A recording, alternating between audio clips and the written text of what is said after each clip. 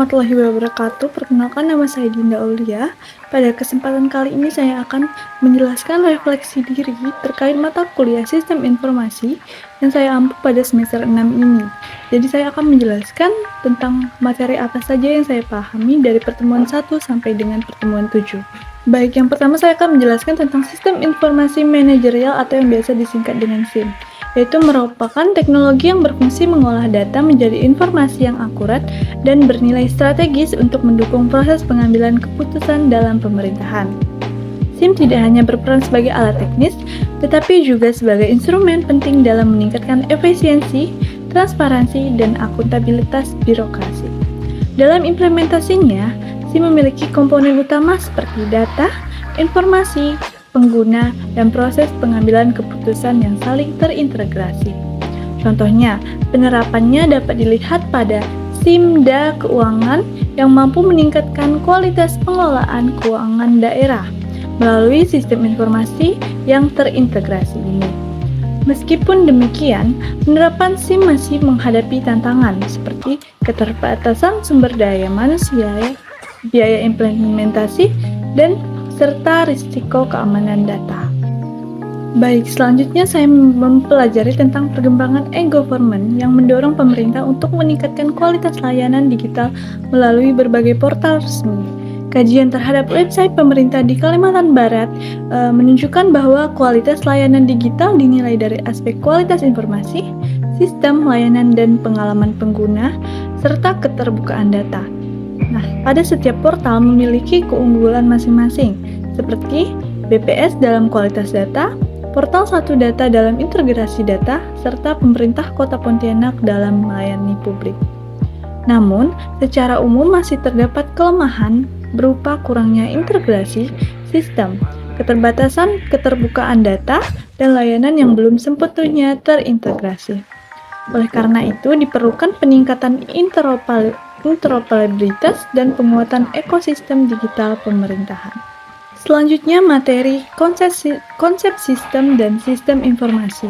Nah, dalam ilmu pemerintahan, sistem dipahami sebagai suatu kesatuan yang terdiri dari berbagai elemen yang saling berinteraksi untuk mencapai tujuan bersama. Sistem memiliki karakteristik holistik, saling bergantung, terbuka, dan berorientasi pada kesejahteraan masyarakat. Sementara itu, informasi merupakan data yang telah diolah sehingga memiliki makna dan menjadi dasar dalam pengambilan keputusan. Sistem informasi sendiri merupakan integrasi antara teknologi, manusia, prosedur, dan data yang bertujuan menghasilkan informasi yang berguna. Dalam konteks pemerintahan modern, sistem informasi berperan penting dalam mendukung e-government, meningkatkan transparansi, mengurangi birokrasi yang berbelit, serta mendorong kebijakan berbasis data. Meskipun masih menghadapi tantangan seperti kesenjangan digital dan resistensi birokrasi. Baik, pada materi selanjutnya saya memahami tentang sistem informasi manajerial pada website pemerintah Kota Pontianak yang menunjukkan peran penting teknologi dalam meningkatkan kualitas pelayanan publik. Website pemerintah berfungsi sebagai media informasi, sarana layanan digital, serta alat komunikasi antara pemerintah dan masyarakat. Berbagai platform seperti website utama pemerintah, contohnya Jepin, Sikedip, dan JIP, membantu mempercepat proses administrasi, mempermudah akses layanan, serta meningkatkan transparansi dan efisiensi. Namun, optimalisasi masih diperlukan melalui peningkatan integrasi sistem, pengembangan fitur layanan, serta penguatan infrastruktur dan sumber daya manusia agar pelayanan publik semakin efektif dan berkualitas. Materi selanjutnya yaitu e-government. E-government merupakan transformasi penyelenggaraan pemerintah berbasis teknologi informasi yang bertujuan meningkatkan efisiensi, transparansi, dan kualitas pelayanan publik.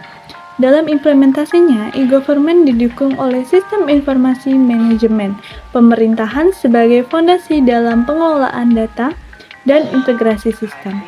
Model interaksi e-government meliputi government to citizen, government to business, government to employee, dan government to government. Selain itu, penerapannya juga berdasarkan prinsip transparansi, akutabilitas, dan pelayanan berorientasi masyarakat. Namun, implementasi e-government masih menghadapi berbagai hambatan seperti kesenjangan digital, keterbatasan infrastruktur, dan keamanan data. Oleh karena itu, keberhasilannya ditentukan oleh dukungan, kapasitas, dan nilai yang seimbang agar memberikan manfaat nyata bagi masyarakat.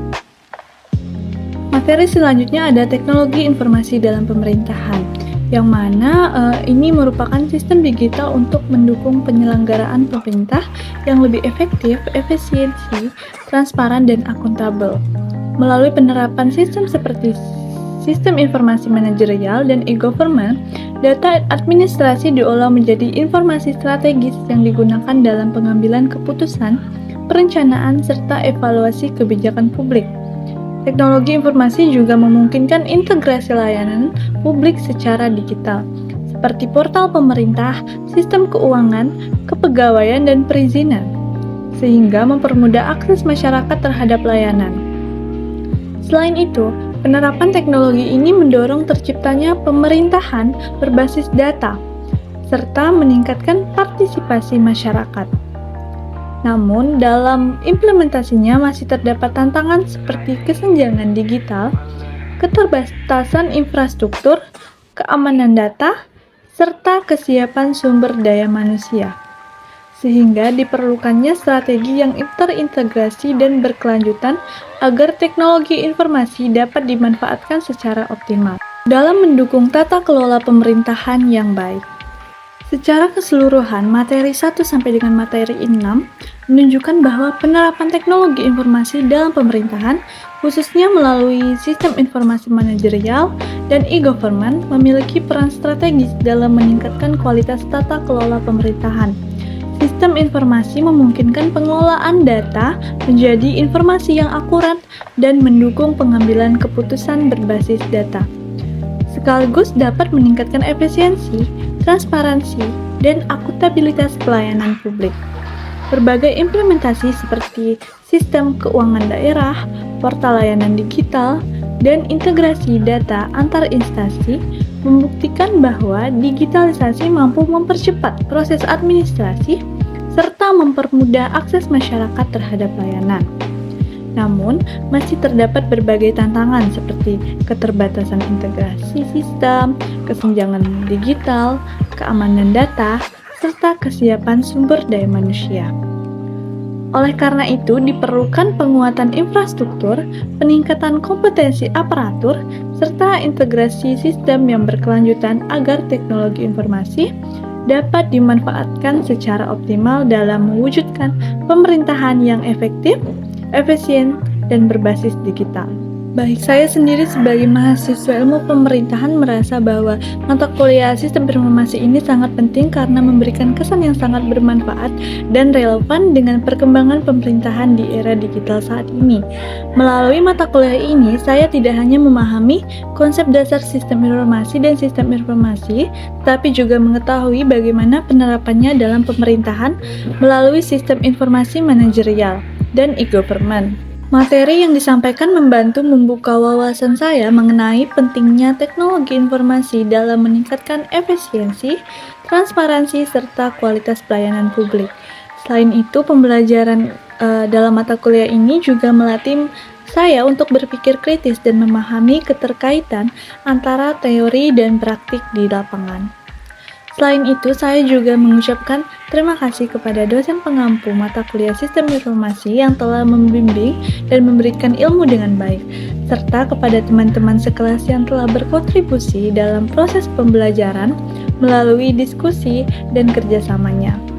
Semoga ilmu yang diperoleh dari mata kuliah ini dapat bermanfaat dan menjadi bekal dalam menghadapi dunia kerja nantinya, khususnya dalam bidang pemerintahan berbasis digital.